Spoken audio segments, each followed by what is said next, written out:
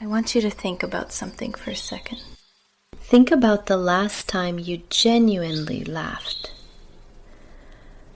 Not a polite laugh, not a "that was funny" laugh. I mean the kind where your stomach hurt and your eyes watered and you completely forgot about everything else for a moment. Now think about this. Can you remember the last time that happened? Was it recent? Or has it been a while? If it has been a while, if joy has felt kind of flat lately, like the color got turned down on everything, I want you to know something. That is not because something is wrong with you. That is not a personality change. That is not depression necessarily. What you are experiencing has a name, a cause, and a timeline for getting better. And that is exactly what we are going to talk about today. Welcome to Recovery Decoded. I am really glad you are here. For you. My name is Elizabeth. And this show exists for one reason: to help you understand what is actually happening inside your body right now, today, wherever you are in your journey. Whether you are on day 2 or day 200, whether you are in a program or figuring it out on your own, whether you are 25 or 75, you belong here. Also, before we get started, if you hear a bark in the background, I apologize. My dog is still getting adjusted to our new place and has opinions about everything. We are working on it. Now, this is not a show that tells you what to do. There are plenty of those. This is a show that helps you understand what is already happening so you can decide for yourself what makes sense for your life. Your body is healing. Here is the map to your journey. You choose the route. Today is episode 1. The dopamine blueprint. And by the time we are done, you are going to understand the one chemical in your brain that explains more about addiction and recovery than almost anything else. You will know why things stopped feeling good, why cravings happen the way they do, and what is already changing inside you right now to bring those feelings back. This is Recovery Decoded, Episode 1, The Dopamine Blueprint. Your body is healing. Here is the map. You choose the route. So, dopamine. You have probably heard the word before. Most people call it the pleasure chemical or the feel-good chemical. And that is partly true. But the real story is more interesting than that. And understanding it changes everything about how you see your own recovery. Dopamine is actually about wanting. not having. It is the chemical of anticipation, of reaching for something. Let me give you an example. Think about walking past a bakery. You smell fresh bread. Your mouth starts watering. You feel that little pull, that little spark of excitement. That spark is dopamine. The actual moment you eat the bread and feel satisfied, that is a different system in your brain. Dopamine got you to the bakery. It made you want it. But the satisfaction of eating it comes from somewhere else. This matters because addiction lives in the wanting, not in the having. You know that feeling when you know you should not have another drink, but something in you is pulling so hard it feels physical?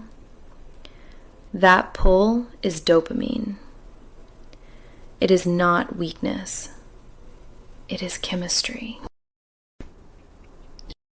Now here is where it gets really important. Your brain is designed to handle a certain amount of dopamine. Think of it like a volume dial. Normal, everyday activities, the things life is built on, they turn the dial up a little bit. A good meal raises your dopamine about 50% above your normal resting level. Exercise can raise it about 100%. Those feel nice. That is how the system is supposed to work. But substances do not turn the dial up a little. They crank it.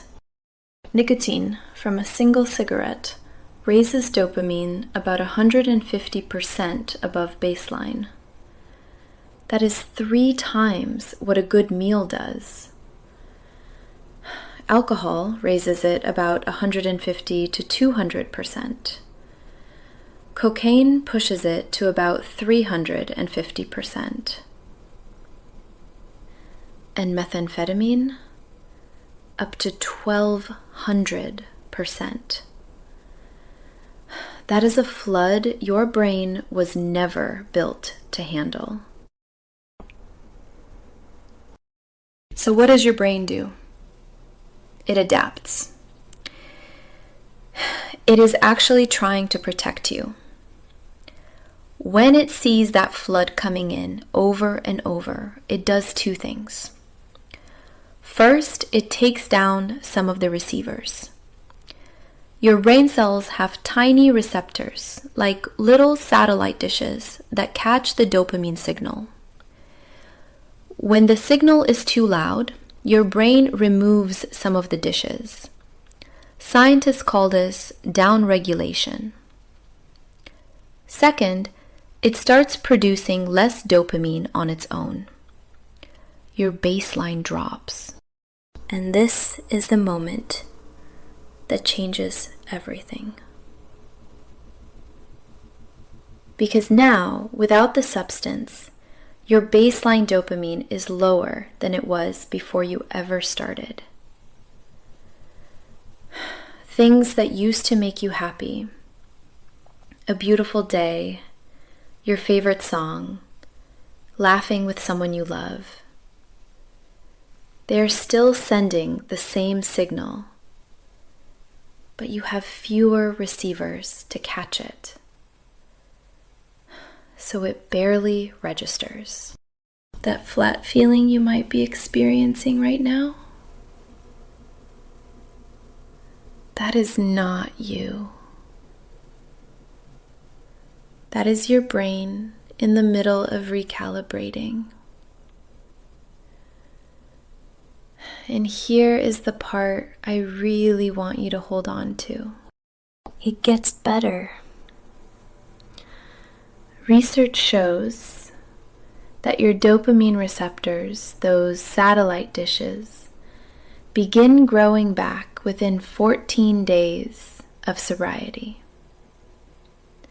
They can approach normal levels within 12 to 18 months, depending on what you were using and for how long. Your brain is not broken. It adapted to an environment you gave it, and now it is adapting back. It is just going to take a little time and a little help from you.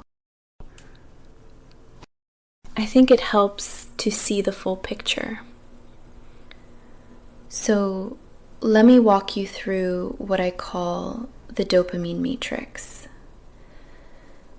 These are real numbers from real research, and when you see them side by side, a lot of things start making sense. Let us start with the everyday things. A meal you enjoy, something home cooked that really hits the spot, raises your dopamine about 50% above your resting level. Chocolate is in that same range. Listening to music you love, and I mean a song that gives you goosebumps. A study published in Nature Neuroscience found that raises dopamine about 9%. And during the peak emotional moments of the song, it can go up to about 21%. Not huge numbers, but real, healthy, sustainable ones. Exercise raises dopamine about 100% above baseline. That is a significant boost, and it comes with no crash afterward. It also does something else that matters enormously for recovery. It increases the number of dopamine receptors over time. So exercise does not just give you more dopamine today, it makes your brain better at feeling dopamine tomorrow. Now here is one you might not expect. Cold water. A study published in the European Journal of Applied Physiology had people sit in water at 57 degrees Fahrenheit, which is cool but not painful. Their dopamine went up 250%. And here is what makes that remarkable. That increase lasted 2 to 3 hours. No crash, no dependency, just a clean, sustained lift. Even 30 seconds of cold water at the end of a warm shower can give you a version of this effect. Meditation has shown about a 65% increase in experienced practitioners. That comes from a brain imaging study published in Cognitive Brain Research in 2002. Now let us look at the other side. A cup of coffee, and this one might surprise you, works differently than you would think. Research from the National Institutes of Health, published in Translational Psychiatry in 2015, found that caffeine does not flood your brain with dopamine the way a drug does. Instead, it makes your existing dopamine receptors more sensitive. It turns up the volume on the receivers you already have. That is actually a much healthier mechanism. And it is why caffeine is something most people can use without it spiraling. But nicotine, from just one cigarette, raises dopamine about 150%. Alcohol, 150 to 200%. These are numbers that start overwhelming the system if they happen regularly. and cocaine at 350%, methamphetamine at up to 1200%. Those are levels that cause the rapid downregulation we just talked about. Here's why I wanted you to see all of this together. When you are in early recovery and someone says, just go for a walk, you will feel better, and you go for a walk and feel almost nothing, it is not because the advice is wrong. It is because your brain is recalibrated for numbers like 200 or 350%. 100% from a walk barely registers yet. But that does not mean it is not working. Every walk, every meal, every song, every cold shower is sending a signal to your brain. It is saying, this is where the good feelings come from now. And your brain is listening. It is just going to take repetition and time for the volume to come back up. That is not a motivational speech. That is neuroscience. Let us talk about your body for a minute. Not just your brain, your whole system. I want to talk about your gut. And I know that might sound like a strange place to go after talking about brain chemistry. But here is something most people are never told. About half of your body's dopamine is made in your gut. Not your brain, your gut. Your digestive system has its own nervous system with over 100 million neurons. Researchers call it the second brain. And it communicates directly with the brain in your head through what is called the gut-brain axis. What this means is simple but important. What you eat directly affects how much dopamine your body can produce. And during active use, most people's guts take real damage. Alcohol inflames the lining of the intestines.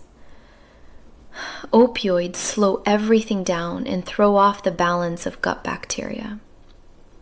Stimulants suppress appetite, which means nutritional gaps pile up over time. So here are 3 things that support your gut in rebuilding. And these are simple, not expensive, and you can start today.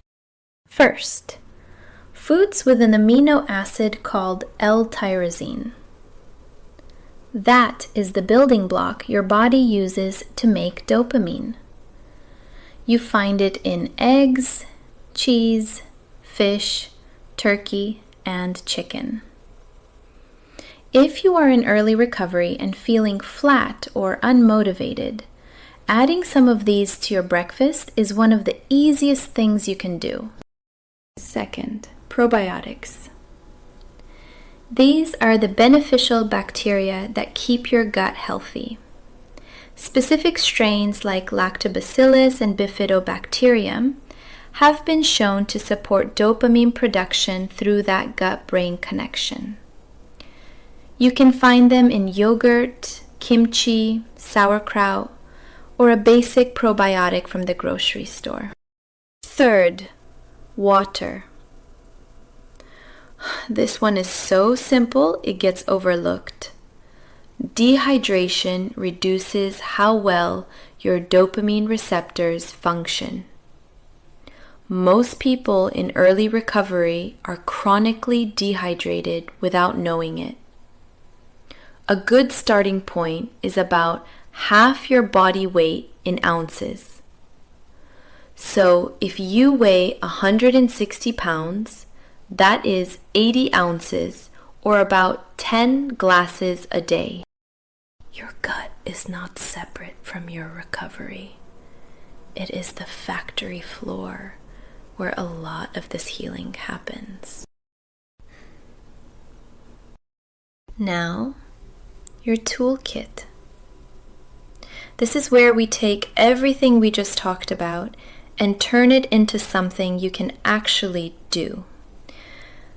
Not a big life overhaul, just a simple morning routine. I call it the morning dopamine stack. 3 things in order in the first 90 minutes after you wake up. Each one is free. Each one is backed by what we just went through. And you do not have to do all 3. Even one makes a difference. Step 1. Get outside into sunlight within 10 minutes of waking, even if it is cloudy. Outdoor light, even on a gray day, is 10 to 50 times brighter than indoor light. When that light hits your eyes, it starts a chain reaction that includes dopamine release and helps regulate your stress hormones. 10 minutes. No sunglasses for those first 10 minutes. Just let the light in. Step 2. At the end of your regular shower, turn the water to cold for 30 seconds. Just 30 seconds. I know, nobody loves this part. But remember that study we talked about. Cold water at 57 degrees raised dopamine 250% for up to 3 hours. You do not need an ice bath. You just need the last 30 seconds. And honestly, by day 4 or 5, you might actually start looking forward to it. I do not know if I believe that myself yet, but the data says it. Step 3. Move your body before your first meal. A 15-minute walk is enough. Even 10 minutes. You do not need a gym.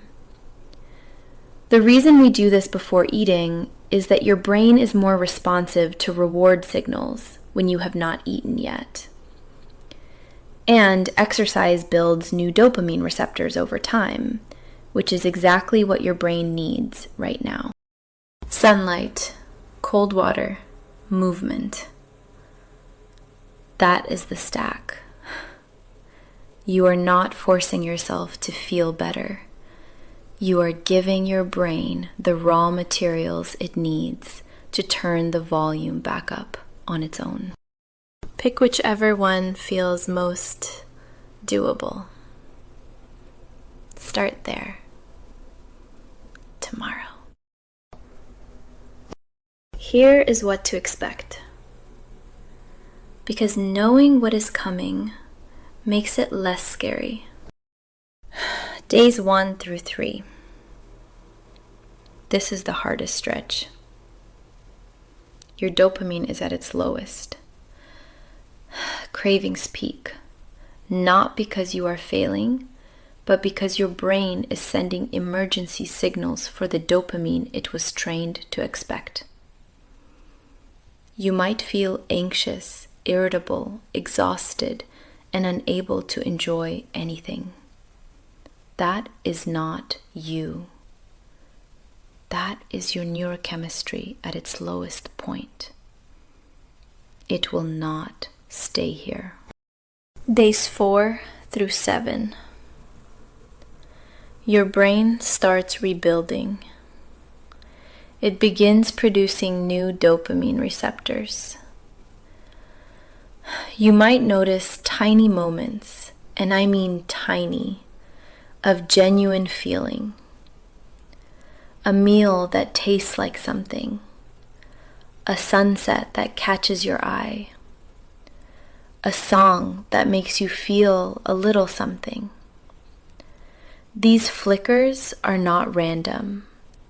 They are evidence that your reward system is waking back up. Pay attention to them. They are the first signs of healing. Day 7 through 14. Sleep starts getting better. A lot of substances disrupt something called REM sleep, which is the deep sleep where your brain processes emotions. As REM comes back, the emotional roller coaster starts to smooth out a little. This is often when people say they feel like themselves for the first time in a while.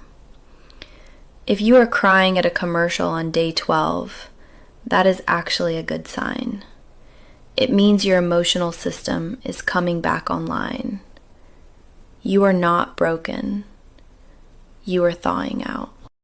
Days 14 through 30. This is where it starts compounding. Dopamine receptors are measurably improved. If you have been doing the morning stack or even parts of it, exercise starts feeling less like a chore. Food starts tasting better. The fog, that feeling like you are thinking through cotton, begins to lift. Conversations get easier. You start having ideas again, plans, things you want to do. That is your brain healing. You are not lost. You are on schedule. So here is what I want you to take from today. Your brain is not broken. It did exactly what brains are supposed to do. It adapted to the environment it was given.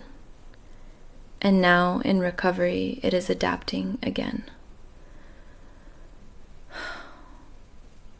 The flat feelings, the cravings, the fog, the emotional swings, none of that means something is wrong with you. All of it means something is healing. I want you to try one thing from today. Just one. Go for a walk in the morning sunlight. Add eggs to your breakfast. Turn the shower cold for 30 seconds. Put on a song that used to mean something to you and really listen to it. Pick whatever feels right. Do it for 7 days. And notice what shifts. Next week on Recovery Decoded, we are going deep into sleep. Why insomnia is the silent relapse trigger that nobody talks about. What is actually happening in your brain when you cannot sleep. And a specific evening routine designed to help your body remember how to rest. That one is going to matter a lot, especially if your nights have been rough. If there's something we have not covered that you need to hear about, a question about dopamine, something you are experiencing that we did not mention, something you want explained, put it in the comments. This show is built around what you are actually going through, not what we think you should hear. You decide what comes next. And whatever you are facing this week, remember, nobody is making this choice for you. Not a doctor, not a program, not this podcast. You are choosing to understand what is happening inside you. That is yours. Nobody gave it to you, and nobody can take it back. The more you understand, the more you own your recovery.